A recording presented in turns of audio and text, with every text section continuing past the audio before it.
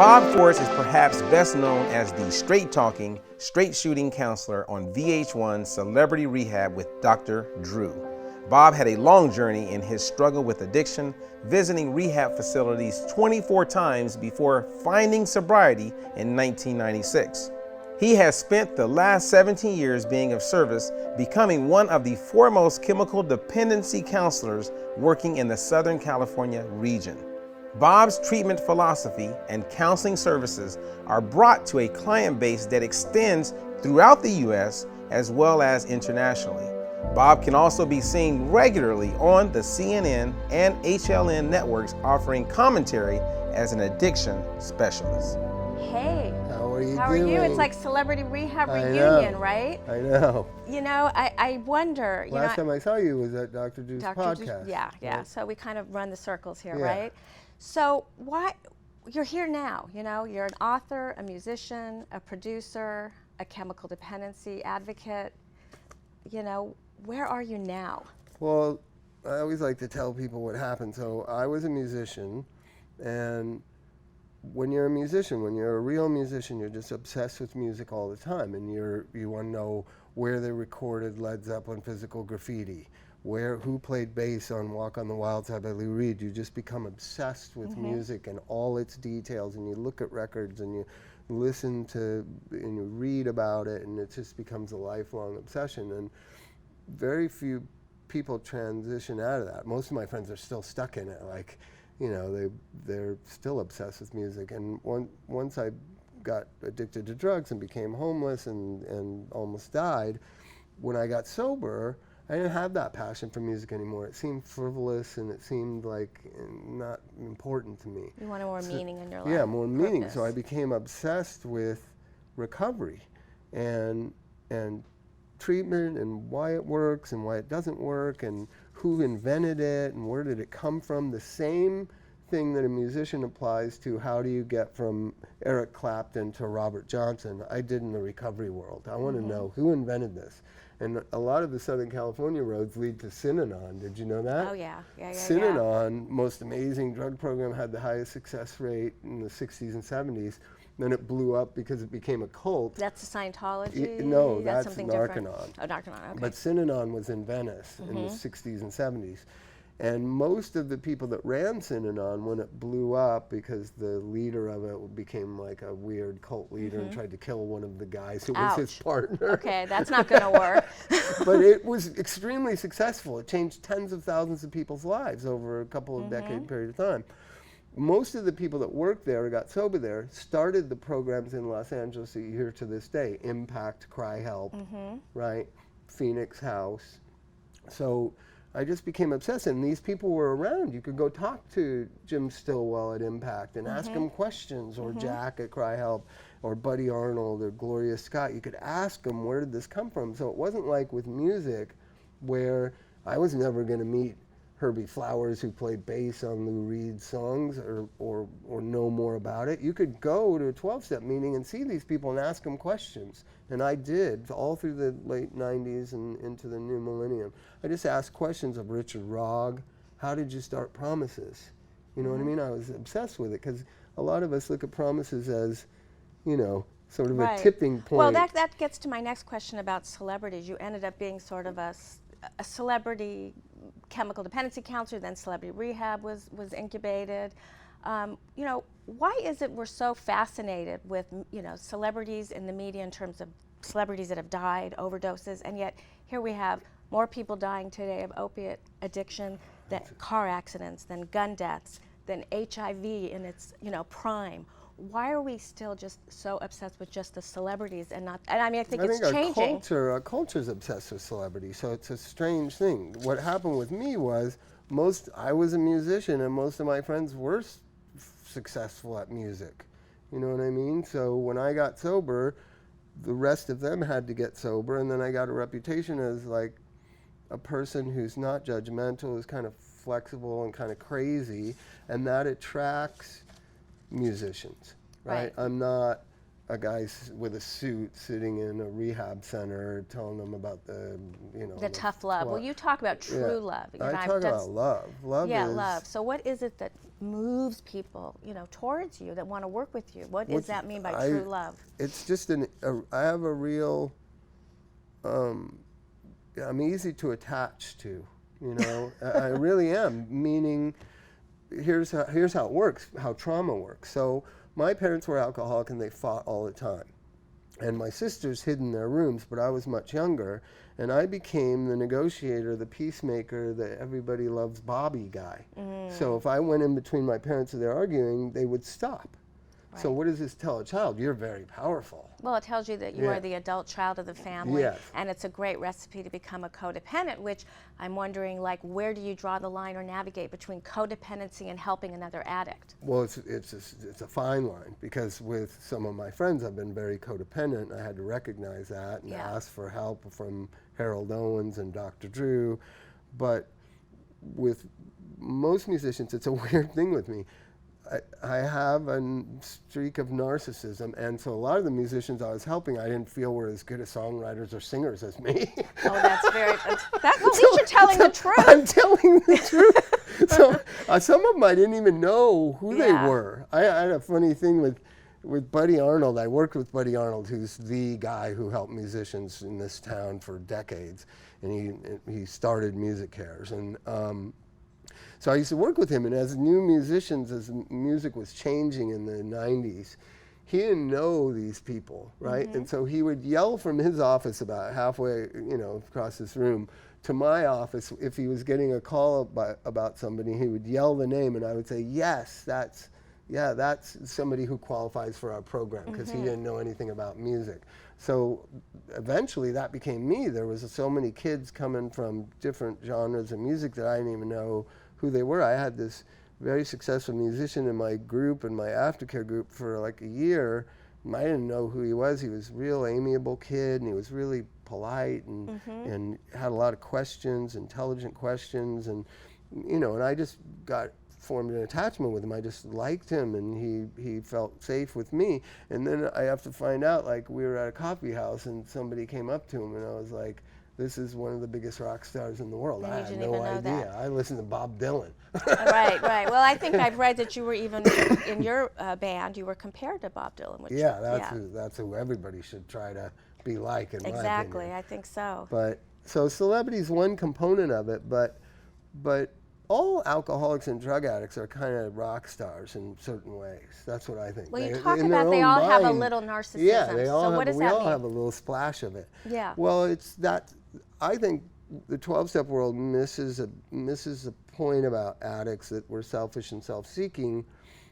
What if we're just centric, and that the road of recovery is to become less centric, to think about you, to think about my mom, to think about that other people, to develop empathy and an understanding of not just the world's effect on me and what the world serves is me, wrapped around me. That I'm a part of the world. If you can just even turn your eyes around to that, that I'm a part of a family, a band, a community, and I affect other people. They're thinking the same things I'm thinking, right? And yet we call it egocentric, or we call it self-centered, but the truth is, isn't it really, maybe I didn't get what I needed growing up. I was neglected, I was abandoned, my parents were addicts, they were unavailable, physically or mentally, and so here I am. Sure, I'm egocentric because I didn't get my needs met, but nobody ever talks about that.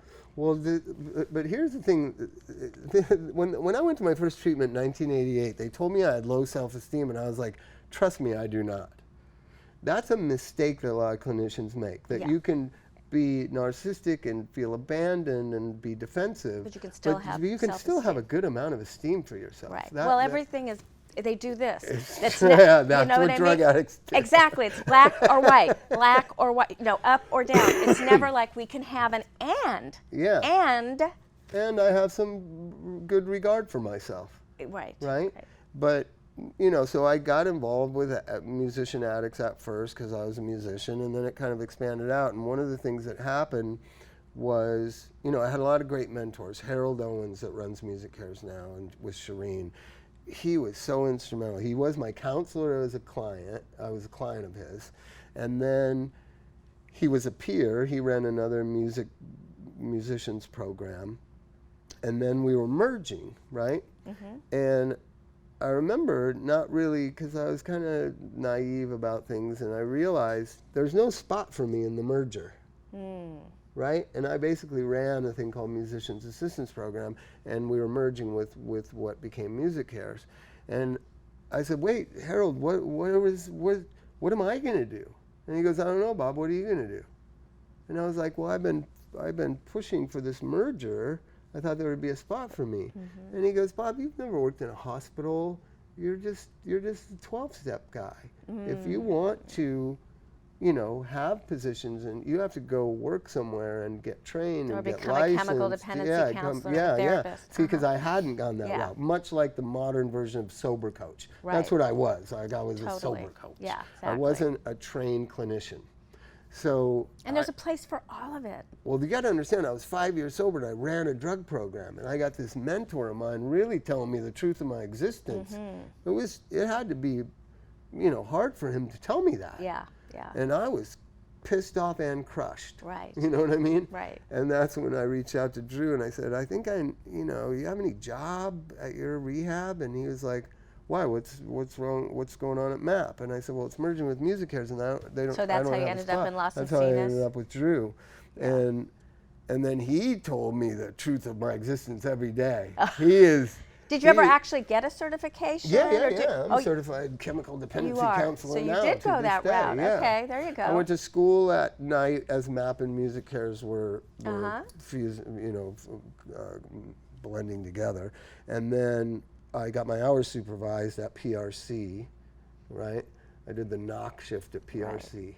So this is another example, and I tell all my friends that are sober and going through this, like, listen, life has challenges of humility. Life will constantly introduce you to humility, whether it's you have a kid or have a grandkid, where you're not the center of the universe, right? Or a transition in career, and that's why I'm. So you reinvented yourself many times. Yeah, really. But you have to. It's not easy. Everybody wants everything to be easy. Want it quickly. It wasn't easy going from running MAP to being the knock shift, keep the patients away from each other. It's all smoke and mirrors. You know, I wrote a book 8 years ago, and you know, it didn't change my life. Yeah. But they think, oh, you wrote a book, or you went to Celebrity Rehab. Rehab. Everybody thinks a TV show changed all of our No, lives. it didn't. It made my life harder. Much. Well, there was a lot of naysayers, and that's a whole other conversation. But I was reading that you were in rehab 24 times. Yeah. So what was the magic moment, the moment of clarity? Well, there's many magic moments. I always say, like, one was post my first treatment. I was so confident that if I wanted to stay sober, I could. And I was going to 12-step meetings, but I really wasn't buying into it all. It was a little bit silly to me. And when I used that 9-month point after my first treatment, that was a moment of clarity. Like, whoa, I was so confident I was going to do this thing. And then you did it again. And I went back to drugs as easily. And here's the thing, when we retrace, I help clients retrace their relapse. So I'm overly confident. And I was overly confident for months, right? That I'm going to stay sober. I don't need steps. I don't need a sponsor. I don't need this. And I was staying sober. So that gives you more overconfidence, right?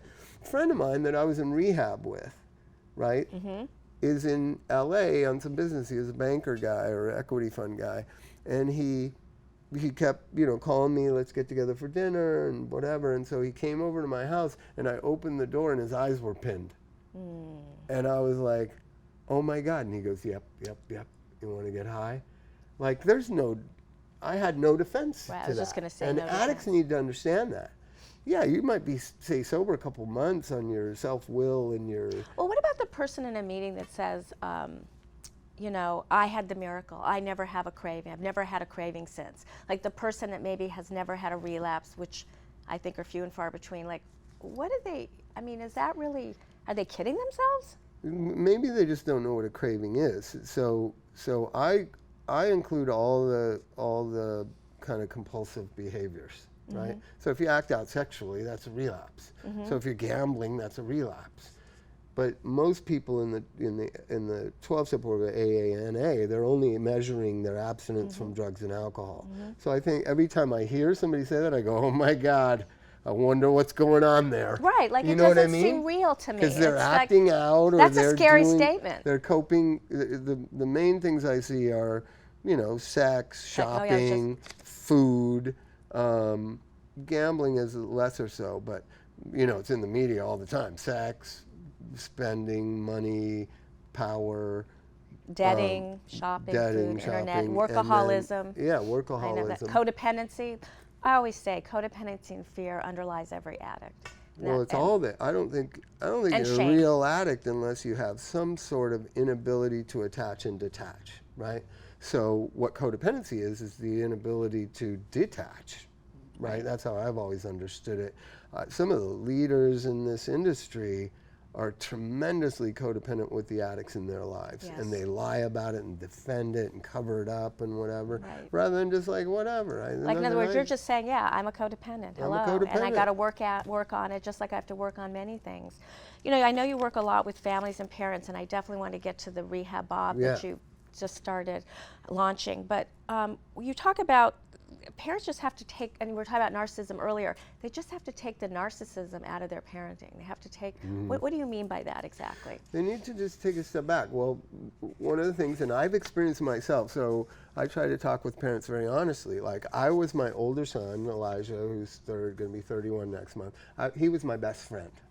That's not a way to raise a child. Right. At 11 years old, it's your best friend. Well, again, you're modeling that little adult. He became. It's boundaryless. Yeah. And I was sober doing that, right?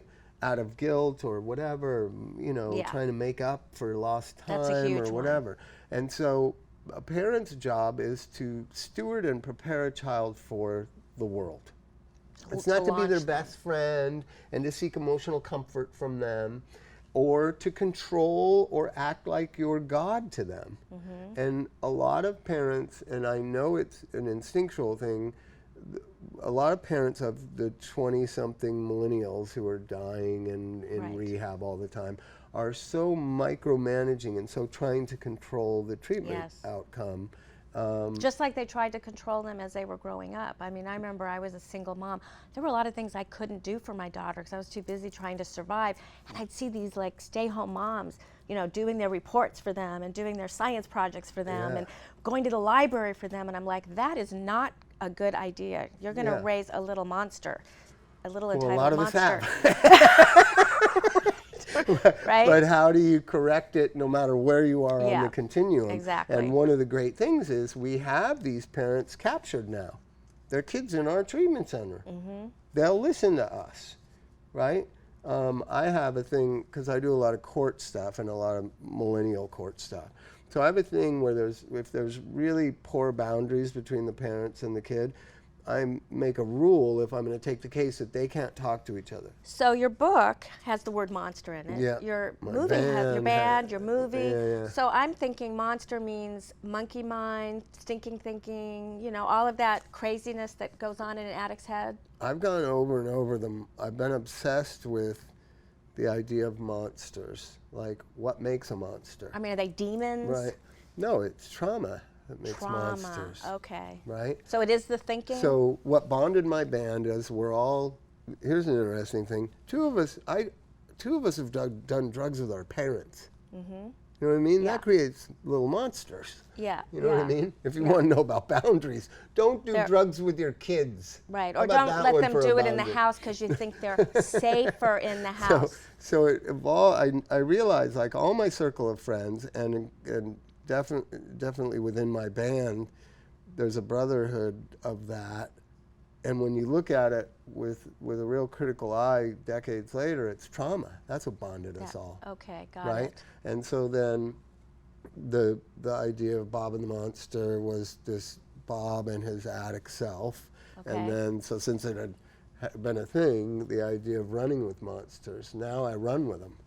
I'm trying to help them understand what's going on. You mean those outside of you mean running with the ones that you're helping? The ones I'm trying to help people. Help Got little it. monsters. Little monsters, yeah. Right? Wait, who's the celebrity that always talks about her monsters? But that's how I always feel like that monsters, whether they're 4-year-olds acting like spoiled brats at preschool, or the drug addict's me, or the Harvey Weinstein, it got created somewhere. People, you know, when you look at the innocence of a newborn, or like I have a 1-year-old, there's just a pureness to it.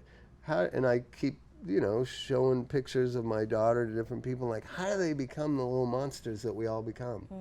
It's this, it's trauma, it's the society, it's, you know. Dysfunction, it's all the dysfunction. things. We reward dysfunction in our society until we punish it. Right. You know what I mean?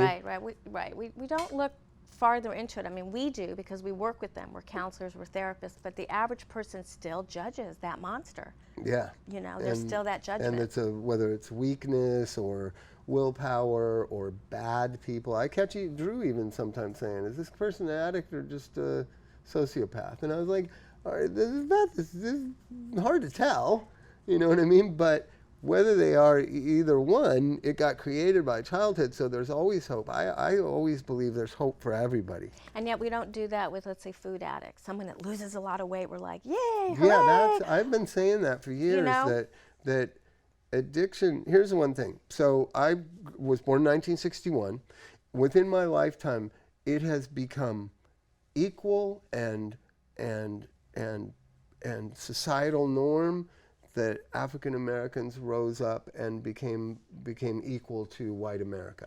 Civil rights movement. Lived within our lifetime. Right. Then the gay movement. It used to be very shameful to be gay in America. Now it's right. Now it's mainstream. Yeah, exactly. Now it's on ABC television. Now we got Now trans. transgender has become mainstream. But right. being a drug addict is still like those people are bad. Bad. Yeah, they should stay in the closet, or they should stay in the darkness, or they're bad people. Right. The shame is just pervasive. So, Bob, tell me about Rehab Bob. So I see you have a wanted, t-shirt I on got the Rehab Bob. I wanted people to have a place on the internet that wasn't perverted by optimization and pay-per-clicks and whatever. You could just go on, talk to me sometimes, get a lot of my thoughts, right? It's not connected to anything. It's just this free-flowing. So you'll be blogging and blogging and all kinds. Okay. And just mostly for parents, because I think they're the most out of the loop. It's a strange thing that happened, I don't know, it happened like 8 or 9 years ago. I had this kid who was 19 years old, right? Parents paid 40 grand for him to be in Promises, and I was doing the court case. And they were wanting to know how he's doing, because they're also paying 400 grand for the lawyers, they're paying 40 grand a month for the rehab. And he's a grown adult, and he said, fuck them, I'm not allowing them to he wouldn't give a release of information to me to communicate with them, nor the rehab center, nor his lawyer. Wow. Though he expected all of them to pay. His parents to pay for all that. And I was like, wow, we live in some weird times that can be the rule. So I wanted to give a platform that's outside of all those spectrums, where parents can go for information. Right. You know, and email me questions. And I mean, they are popping up all over the place. You know, these parents. There's the Addict's Mom, I think, on Facebook. They have over 20,000, maybe even more. Well, there's one in Seattle. I'm doing their event in October, like in 2 weeks or something, called Battlefield Addiction. It was founded by a mother who lost her son. Right. It's huge. Right? And it's huge, Battlefield Addiction. And they're... Out here, we have not one more. Not one more. There's one in West Virginia that I went and talked with. So maybe bringing all of these grassroots organizations to your platform. Yeah, to try to communicate that. Another one, United We Can. Right. That's another one. Yeah. And so just to give the parents who are going through it, you know, Angie, who runs Battlefield Addiction, is just so great. I mean, she's so honest. These are the mistakes I made. These are the things I feel guilty about. And saying that to a mother or a father who's doing those things with their alive addict child in the treatment process, there's no clinician can match that. No. That's real. You need to hear from another parent. And, and they have the most shame of all the parents, because they're being judged by the neighbors and their friends. I know. Like, what did you do? What did you do? Yeah. You know, that kind of thing. Well, how can people find you? Just go to rehabbob.com, and you can email me, and my phone number's on there. My cell phone number right here is on there. Okay, perfect.